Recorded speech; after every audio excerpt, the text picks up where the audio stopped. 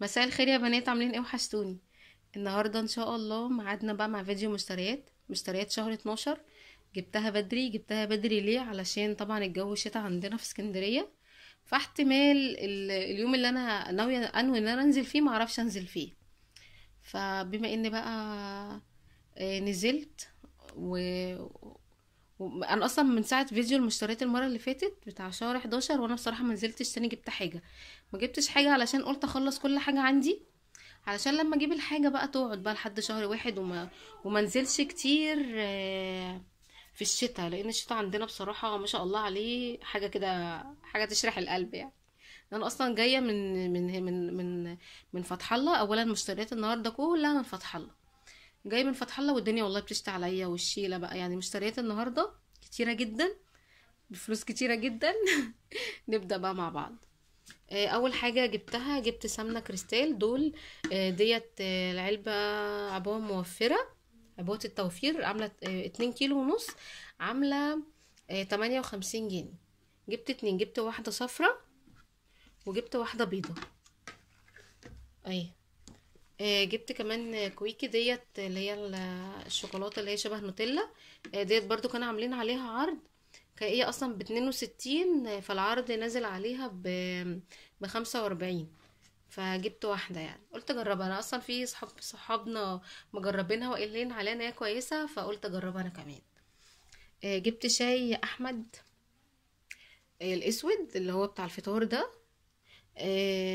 عامل 20 جنيه. النهارده انا بصور عند خالتي على فكره، عشان كده شكل التصوير مختلف، علشان النت عندي مش قد كده الايام ديت. جبت بقى زيتون. الزيتون دوت عامل 23 جنيه. هو الزيتون ده انا بحبه جدا، اللي هو التفاحي ده بيبقى حلو قوي. جبت مربى حلواني اخوان. ديت عامله 15 جنيه، برضو منزلين عليها عرض ب15، ديت كيلو 15. في فيتراك هناك ب23. انا اصلا كنت جايبه فيتراك الاول، فلما لقيت ديت قدامي وانا مجرباها، هي طبعا فيتراك حلوه وكل حاجه، بس انا برضو مجربه ديت وما تختلفش عن فيتراك في حاجه يعني. ولقيتها اقل طبعا في السعر، 15 جنيه عاملين عليها عرض، فقلت ليه لا ان انا اجيبها يعني. فجبت واحده مشمش، وواحده واحده فراوله، تقعد برضو للفطار او للعشاء بالليل. جبت الفانيليا ديت، مش عارفه الفانيليا ديت عامله 10 جنيه او اكتر او 15. هي علبه كده فيها فانيليا، مسحوق الفانيليا. جبت بقى سبرينكل ده، عايزه اقول لكم ما شاء الله عليه، طعمه تحفه اساسا. طعم الفلفل ده، الهالبينيو ده، وحامي كده، والله العظيم طعمه جميل جدا مع الفشار او بطاطس. يبقوا جربوه. اهو ده شكله. جبت برطمان مربى برطمان عسل امتنان صغير ده. عامل 16 جنيه ونص. هي تقريبا عجبتني العبوة فجبتها ولا ايه، لان انا اصلا جايبة علبة تاني من ازيز. برطمان انا بصراحة عجبني، لقيته تقيل كده فقلت اجربه. ده وكمان كان رخيص عن اي واحد تاني، وكمان عليه 40% مجانا. كان عامل 28 جنيه. فبما ان ازيز بتعمل حاجات الكحة والحاجات دي، فاكيد ان شاء الله العسل بتاعها يبقى كويس. جبت كمان عسل اسود رشيد الميزان. ده تقريبا عامل 20 جنيه، 700 جرام او كيلو. فانا بصراحة مش شايفة ان انا ابص قوي. جبت كمان صلصة هاينز. المرة اللي فاتت كنت جايبة معاكم في فيديو مشتريات شهر 11 صلصة فاين فودز ديت. كانت سمرة كده وكانت غامقة وكانت مش حلوة خالص. فلما لقيت هاينز لونها حلو ومش عارفة ايه، الصراحة لونها فاتح اصلا، مش عشان الاضاءة، هي فعلا لونها كده حتى من غير اضاءة. فجبت اتنين، ديت عاملة 9 ونص، فجبت واحدة وجبت التانية هيت. اقرب لكم كده اهي. فطبعا بقى لازم بقى وانا معديه لازم الحاجات، حاجات الاطفال ديت. فجبت واحده فانتا، دي تقريبا عامله 4، يعني تقريبا كل واحده من دول عامله 4 يعني. وديت شويبس بالخوخ. وديت بالليمون، بصراحه عجبتني، فقلت يعني قلت اما اجربها. جبت كمان، شايفين بتعدي ايه. جبت كمان سلامي. انا اصلا كنت كل مره اقول ان انا هروح واجيبه، بس مش ما كنتش بلاقي حلواني اخوان. فلما لقيت حلواني اخوان قلت لا لازم اجيبه. دي عامله 35 جنيه. هو مدخن اهو، سلامي مدخن. فانا عايزه، انا اصلا نفسي من زمان اعمل بيتزا سلامي، فان شاء الله هبقى اعملها. نيجي بقى هنا، انا بصور عند خالتي زي ما قلت لكم. جبت بسكوت بيمبو. ده كان معمول عليه عرض، كان ب23 جنيه. جبت علبة ده عشان الفطار بصراحة، لان انا اصلا الايام ديت هلكانة في البيت شوية في المطبخ وكده، فمش عارفة ان انا اعمل حاجة للفطار. جبت بسكوت غندور وقعت. ديت عاملة تقريبا برضو نفس السعر، 23 جنيه او 24. فحلوة قوي البسكوت ده، اصلا باكل بسكوت ما شاء الله يشبع يعني. فحلو كده للفطار لبابا الصبح كده، يمكن يفطر منه اكيد يعني باذن الله. جبت من 5 ستارز دقيق لقمة القاضي. ده قلت اجربه بما ان انا كنت مجربه قبل كده دقيق البيتزا وعجبني جدا، فبنصحكم بيه. بما ان انا كنت عايزه اعمل بيتزا، مش عارفه ايه اللي خلاني ما اجيبهوش. ده كان عامل 10 جنيه. بتاع لقمة القاضي، مخصص للقمة القاضي. فبما ان انا عايزه اعمل لقمة القاضي فقلت اجيبه. جبت كمان دقيق برضو 5 ستارز برضو، دوت لجميع الاستعمالات، لجميع الاغراض يعني. دوت كان عامل 9 جنيه كيلو. جبت 2 كيلو. كان في كمان الحلوة قوي قوي قوي هناك في فتح الله، عرض الزبادي. عرض الزبادي بتاع لاكتيل ده حلو في ايه؟ ان في عرض كله زبادي كده بيضة عادي العادية بتاعتنا، وفي عرض معاه زبادي بالفراولة. فانا بصراحه جبت هو اصلا العلبه فيها 12، 6 بالفراوله و6 عادي. فعجبني قوي العرض دوت، كان عامل 20 جنيه. فحلو قوي يعني، موفر وفي نفس الوقت شامل حاجات حلوه يعني. مكرونه المطبخ دي انا بحبها جدا. فلما بقى لقيتها هناك، لان انا اصلا بقالي كتير ما روحتش فتح الله. فلما بقى اول لما شفتها قدامي وشكلها اصلا كانت لسه جايه بقى وفضينا عاملين يفضوها من الكراتين وكده. فجبت بقى اللي هي مرمرية ديت. جبت منها 3 4 كمان اهو. جبت منها 4. وجبت كمان 2 شعرية. وجبت 2 اسباجيتي. وجبت اللي هي الخواتم ديت 2 اهي. ده حجمها حلو قوي عن بتاعة حوا بتبقى كبيرة جدا. جبت 2. بحب الأقلام بتاعتها جدا جدا جدا. ليه؟ بصي الأقلام بتاعتها صغيرة مش كبيرة، ما بتبقاش كده شكلها ضخم كده. الفرن بتاعها بيبقى حلوة جدا جدا اصلا، وطعمها اساسا احلى يعني. هي حوا جميلة وكل حاجة، بس دي احلى احلى احلى. وكمان سعرها اقل، دي ب3.5 الكيس، حوا ب4. الفرن ديت بقى اللي هي الأقلام، جبت منها 3. والخواتم اهي جبت منها 2 كمان، يعني انا جايبه 4 خواتم. فما شاء الله جبت تقريبا 15 كيس. فبصراحه لما صدقت لقيتها قدامي. جبت كمان فريك الضحى، عشان اصلا انا اصلا كنت ناويه ان انا اجيب فريك. فسمعت ان فريك الضحى دوت نضيف يعني، زي الرز كده، بتاخدي منه على طول بتغسله وبتستخدميه. فقلت اجيبه واجربه، لان انا عندي سمان عايزه اعمله. ف... فانا طبعا مش هشوف ان انا انقي بصراحه. فان شاء الله يطلع كويس كده واستخدمه على طول. كان في برضو عرض حلو قوي، عرض الذره الفشار. 2 ب20 جنيه، يعني واحد عليه واحد هديه. فاهو اللي هو 3M ده.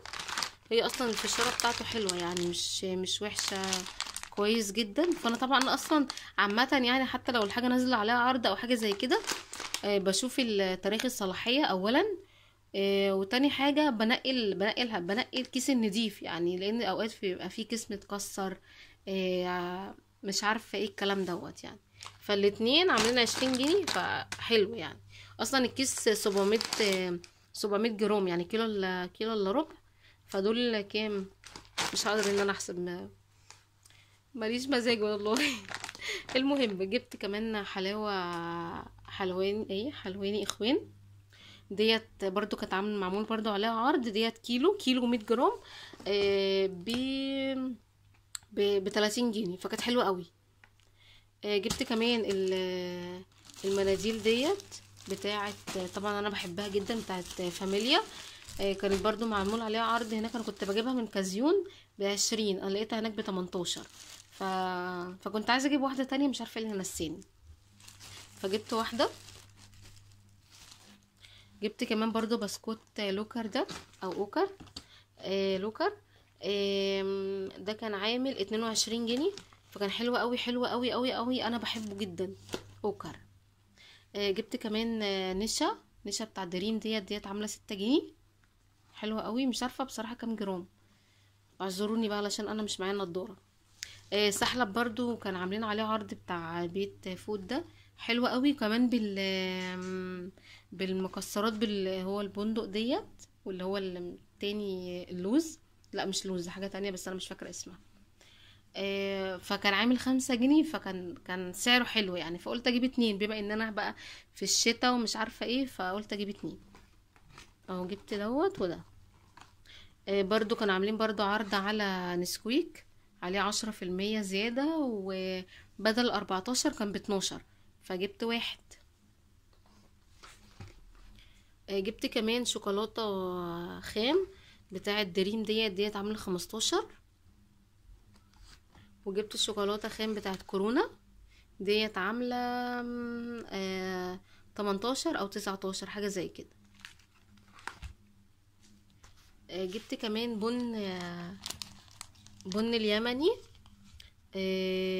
ديت عامله 6 جنيه. انا جبت اصغر حاجه علشان كنت جايبه اللي هو اسبريسو ده، انا كنت مجربه الاول بتاع اللي هو بتاع بن بارسيتا ديت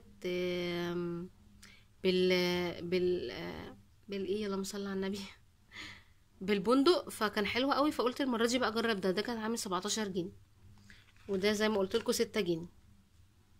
جبت كمان كاكاو خام بتاع دريم، برضو عاملين عليها عرض ب12 جنيه، لان انا منزلتش المنشية علشان اجيب كاكاو من المكان اللي انا بجيب منه، فقلت يلا بالمرة، فجبت واحدة اجربها، يعني لو طلعت حلوة بستخدمها هي على طول، فهي اكيد حلوة يعني، بس يعني تقضي الغرض دلوقتي لحد لما انزل المنشية يعني. جبت كمان مرقة دجاج ديت عاملة غليت قوي، بقت عاملة 5.5، فجبت 2. جبت كمان خلطة البشاميل، جبت 3 اهمت، ديت الواحدة بقت ب4 جنيه. فطبعا اندومي بقى، نفسي والله العظيم نفسي كده راحت للاندومي على الطريقة بتاعت اندونيسيا ديت، فقلت ليه لا، اجيب 2، دي الطعم ده حلو جدا جدا جدا. وكنت عايزة ليف للمواعين، فالنوع دوت حلو قوي، وبيقعد وبيعيش وبينضف. فجبت ديت الواحدة كانت عاملة 5 جنيه، فجبت 2. اللبن بقى، انا بصراحة لبن ميرو اخر مرة جبته ما كانش بيدوب حلو خالص خالص خالص، مش عارفة ماله، فقلت بقى ايه المرة دي، يمكن انا عشان اتعودت عليه فاتقفلت منه، فقلت بقى المرة دي اجيب بتاع فتح الله دوت حليب مجفف، فدوت كان عامل 25 جنيه، فقلت استخدمه يعني اجربه، لو حلو ماشي، مش حلو نرجع لميرو تاني. جبت كمان بقمايه، الخميره ديت حلوه قوي قوي قوي، الكيس منها ب3 جنيه، وبيقعد يعني اصلا حبه منهم بيخمر، ونوع نضيف بصراحه. وكمان انا لقيت منها، نزلوا لنا منها بيكنج باودر وفانيليا، فعجبتني، او بس غاليه البيكنج باودر، سواء الفانيليا او البيكنج باودر غاليين. باكل فانيليا كان عامل 3 جنيه، وباكل بيكنج باودر برضو عامل 3 جنيه، فهي بصراحه هي غاليه، بس لا يعلى عليها بصراحه، فجبت 3 اهو، دول 2 ودي واحده. جبت كمان مايونيز. المايونيز انا ما بحبش اجيبه علبه بصراحه، بحب اجيبه كده الكياس الصغيره دي تخلص في وقتها، بحس ان الكياس الصغيره طعمها احلى، و يعني بتخلق يعني، مش محتاجه يعني ان هي تقعد. فبس ديت بقى كانت بقى مشتريات النهارده، او مشتريات شهر 12 كله، لانه مش هتشوفوا وشي تاني مشتريات. كفايه بقى كده. الحاجة طبعا غالية، عايزة اقول لكم ان الحاجة دي كده كلها دخلت في 1000 جنيه. ما اشتريتش ولا لحوم ولا فراخ، لان عندي لسه في البيت، فان شاء الله الايام الجايه ابقى انزل لما اللحمه او الفراخ تخلص من عندي ابقى اشتري غيرها. انما ده بقى خزين بقى، يعني هتقولوا لي ايه كل دوت؟ ده خزين الشهر كله، وكمان يعني هيقعد كمان لحد شهر واحد كمان. ف فبما ان انا ما بلاقيش الحاجات ديت عندي بسهوله، اللي هي المطبخ او دي النضيف هنا كده عندي. فلما بروح فتح الله بصراحه بحب ان انا اجيب كل حاجه. ربنا بقى يوسع على الجميع ان شاء الله. لو انتي بقى اول مره بتشوفي قناتي ما تنسيش اللايك والشير او الاشتراك اولا. ولو انتي مشتركه عندي بالفعل ما تنسيش اللايك والشير والدعوه الحلوه. اشوفكم ان شاء الله في فيديو جديد. السلام عليكم.